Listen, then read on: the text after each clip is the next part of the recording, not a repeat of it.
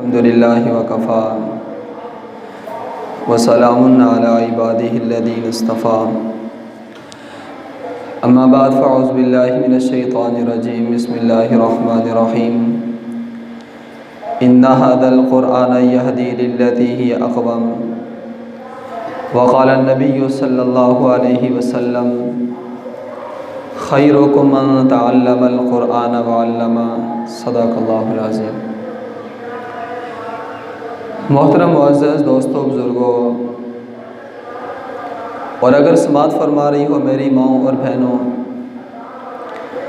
आप हज़रात के सामने कुरान मजीद फ़ुरक़ान हमीद में से एक आयत करीमा का कुछ हिस्सा और रसूल अकरम सल्लल्लाहु अलैहि वसल्लम की अहादीस में से एक हदीस मुबारका तिलावत करने की सादत हासिल की है।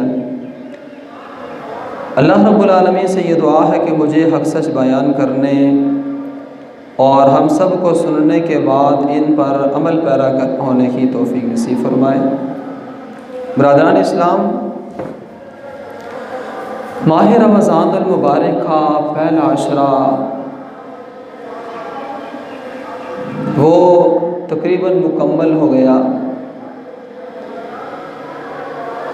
अब जिन लोगों ने पहले अशरे के अंदर रोज़े रखे उनका टाइम भी गुज़र गया और जिन्होंने नहीं रखे टाइम उनका भी गुज़र गया। तो टाइम किसी का इंतज़ार नहीं करता। टाइम की मिसाल तो एक बर्फ़ की तरह है कि जैसे बर्फ़ का बुलाक, उसे जब बर्फ़ बेचने वाला लेकर आता है तो बड़ा संभाल कर रखता है उसके ऊपर बोरी लपेट, शॉपर लपेट, एक नहीं बल्कि कई शॉपर लपेट। क्यों? इसलिए ताकि ये गर्मी से जल्दी ख़राब ना हो, यानी पिघल ना जाए। तो ऐसे ही इंसान की जो ज़िंदगी है ये भी बहुत तेज़ी के साथ गुज़र रही है। अगर इसमें कोई अच्छे अमल कर रहा है तो फिर भी ठीक है, नहीं कर रहा तो फिर भी ठीक है।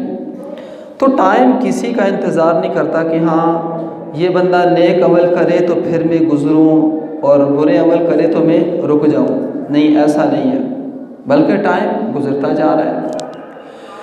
अब जिसने इस टाइम को कीमती बना लिया तो वो हकीकत में दुनिया और आखिरत के अंदर दोनों जगह पर आदमी कामयाब हो जाएगा।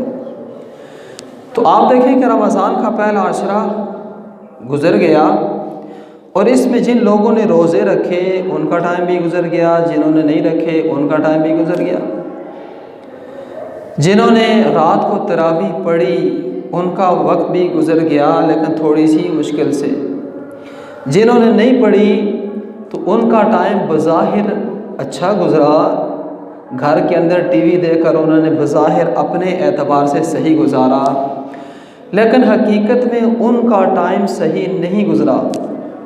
उन्होंने अपने टाइम को ज़ाया कर दिया और वो जो टाइम ज़ाया कर दिया अब इस टाइम ने दोबारा उनकी ज़िंदगी में कभी भी नहीं आना। तो आज के खुतबे का जो उन्वान और मौजू है वो है कि रमज़ान और कुरान, ये दोनों का आपस में एक गहरा ताल्लुक़ है। कि आप देखें रमज़ान के महीने का रोज़े के साथ गहरा ताल्लुक़ है और इसी तरह रमज़ान और कुरान कि रमज़ानुल मुबारक का वो बाबरकत महीना है कि जिसको अपने ऊपर फ़ख्र है। क्या फ़ख्र है? कि जो चीज़ मुझे मिली है वो किसी और को नहीं मिली। तो रमज़ान को अपने ऊपर ये फ़ख्र है कि कुरान जो नाज़िल अल्लाह ने किया वो मेरे अंदर आया। और देखा जाए तो बहुत बड़ी बात है कि कुरान और रमज़ान का जो आपस में ताल्लुक़ है ये बहुत गहरा ताल्लुक़ है, बड़ा अजीम ताल्लुक़ है।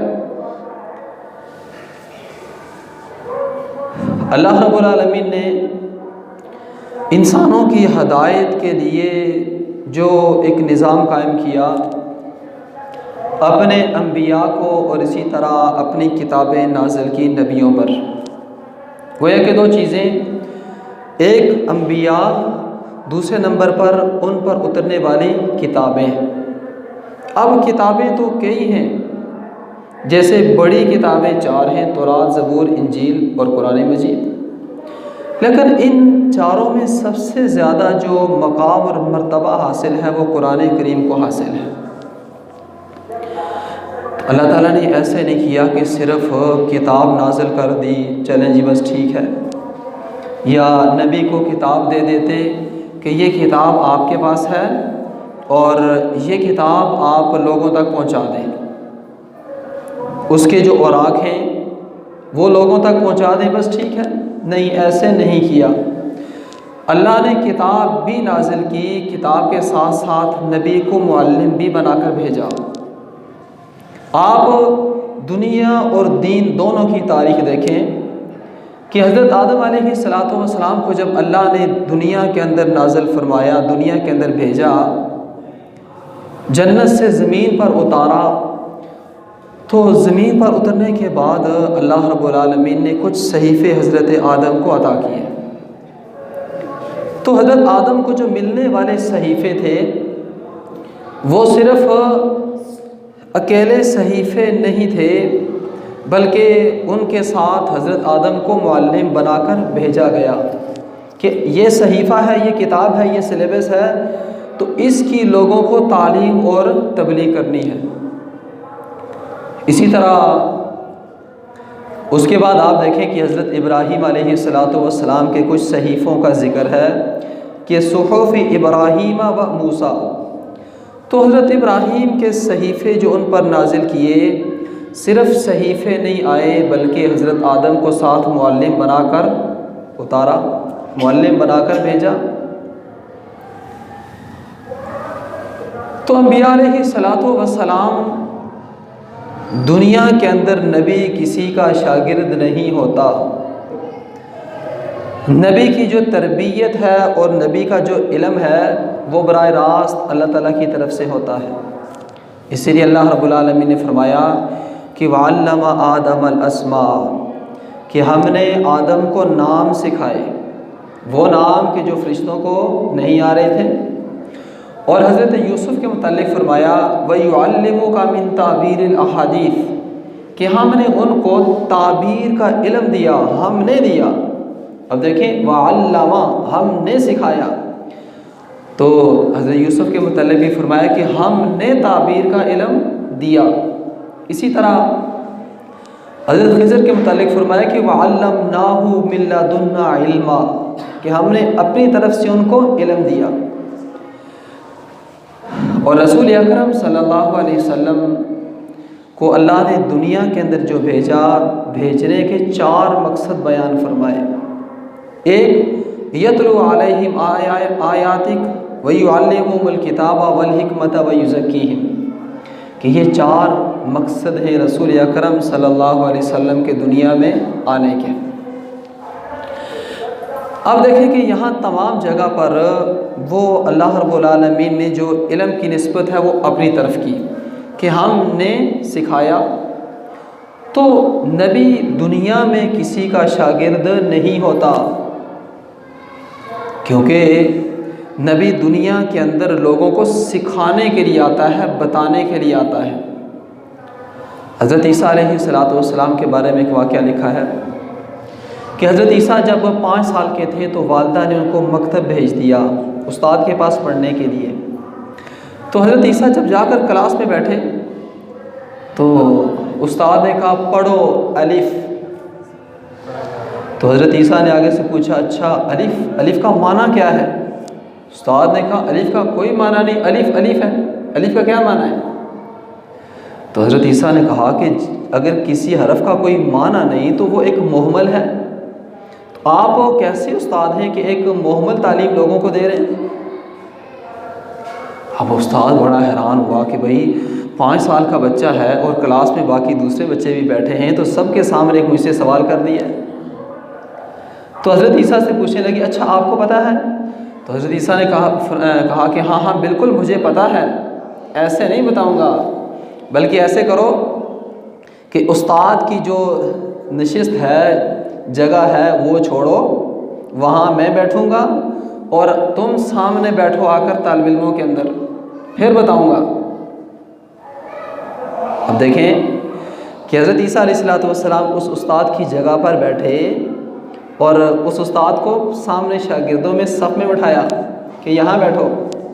फिर उसके बाद उनको उसका माना भी बताया और इसी तरह माने के साथ साथ अल्लाह की तौहीद पर हज़रत ईसा ने ऐसी तकरीर की कि वो उस्ताद हैरान रह गया कि भाई ये 5 साल का बच्चा है, लेकिन इसका जो अंदाज़ है, ये बोल कहाँ से रहा है, इसके अंदर क्या चीज़ भरी हुई है।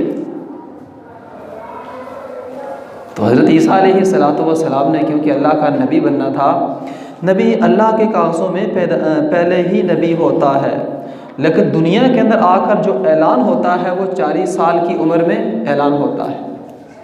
तो हज़रत ईसा अलैहिस्सलाम ने तो जब 1 दिन या 40 दिन के थे उस वक़्त लोगों के सामने तकरीर की थी।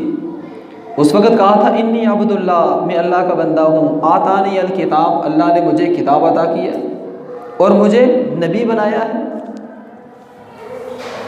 तो देखिए कि अंबिया अलैहिस्सलाम दुनिया में किसी के शागिर्द नहीं होते, अंबिया बराह रास्त अल्लाह ताला के शागिर्द होते हैं और अंबिया की जो तालीम है वो भी अल्लाह खुद तालीम देते हैं।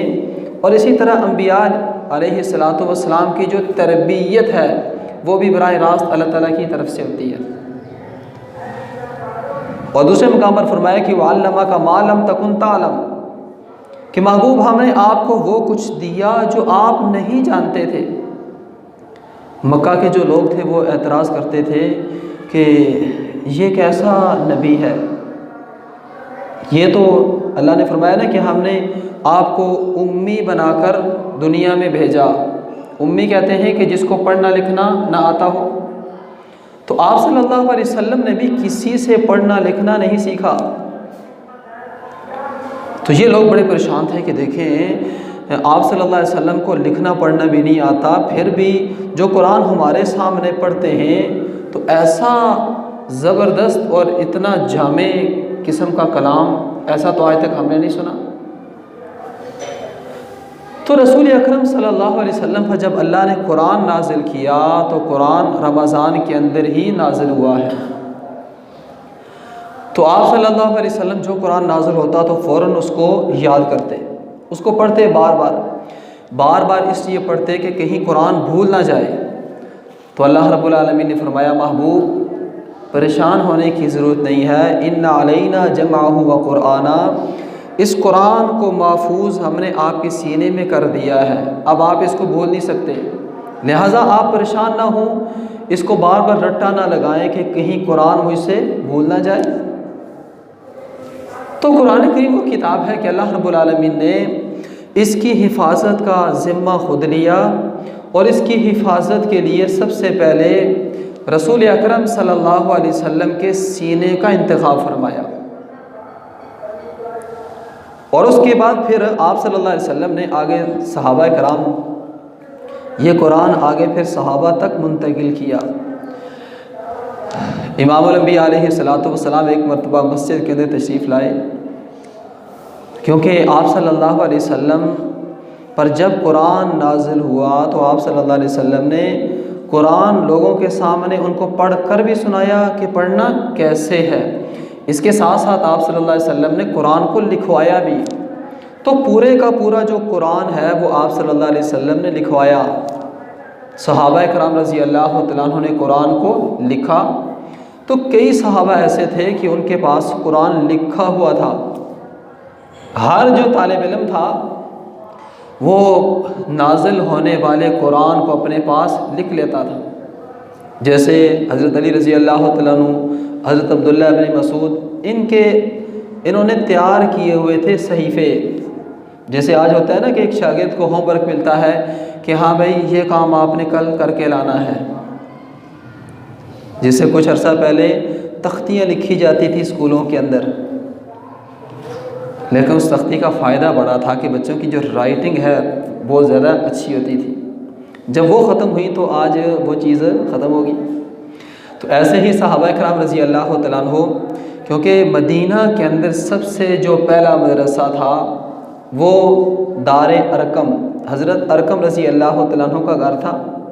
तो वहाँ पर सहाबा कराम रज़ी अल्लाह तआला अन्हु एक मखसूस वक़्त आकर आप सल्लल्लाहु अलैहि वसल्लम से क्लास लेते थे, पढ़ते थे।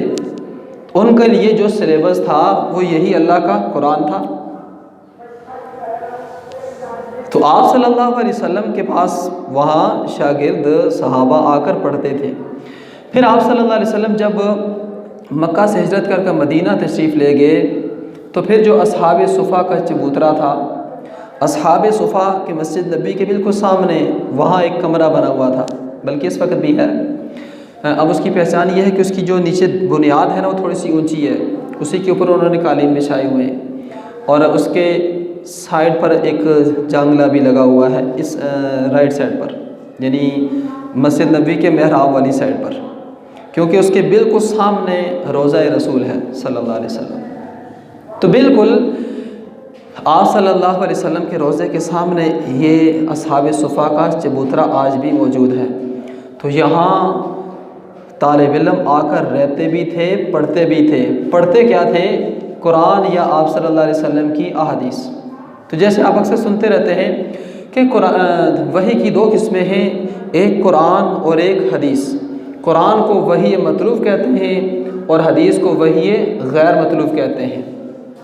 कि जैसे कुरान की तिलावत होती है, हदीस की ऐसे तिलावत नहीं की जाती, वैसे उसको पढ़ा जाता है। जैसे कुरान ये मुनज़्ज़ल मिन अल्लाह है, इसे अल्लाह ताला ने नाजिल किया है, और वाहिद कुरान वो किताब है कि जिसके अल्फाज को अल्लाह रब्बुल आलमीन ने ख़ुद अदा किया है, और वो अदायगी जिब्राईल अमीन ने सुनी और फिर जिब्राईल अमीन ने वो अल्फाज आकर रसूल अकरम सल्लल्लाहु अलैहि वसल्लम को सुनाए। तो कुरान एक वक़्त के अंदर किताबुल्लाह भी है और कलामुल्लाह भी है। कितने एक फ़ख्र की बात है कि आज आप जब कुरान पढ़ते हैं तो ये वो अल्फाज कि जो आज से 1442 साल पहले आप सल्लल्लाहु अलैहि वसल्लम पर अल्लाह ताला ने नाजिल किए, और वो अल्फाज जो अल्लाह ने ख़ुद अदा किए हैं, उन अल्फाज को आप ख़ुद अदा कर रहे हैं।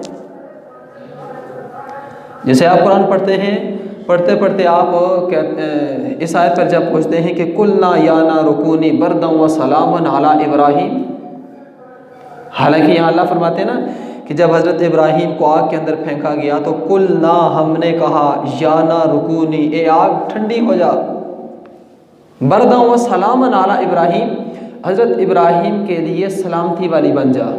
ठीक है, तो एक आज 1400 साल के बाद एक आदमी जब इस आयत पर पहुंचता है तो उस वक्त वो भी यही अल्फाज अदा करता है। तो देखें कि इस आदमी का जो मकाम और मर्तबा है कुरान पढ़ने वाले का कितना बड़ा है। तो रसूल अकरम सल्लल्लाहु अलैहि वसल्लम ने सहाबा कराम को इसकी बाकायदा तालीम दी।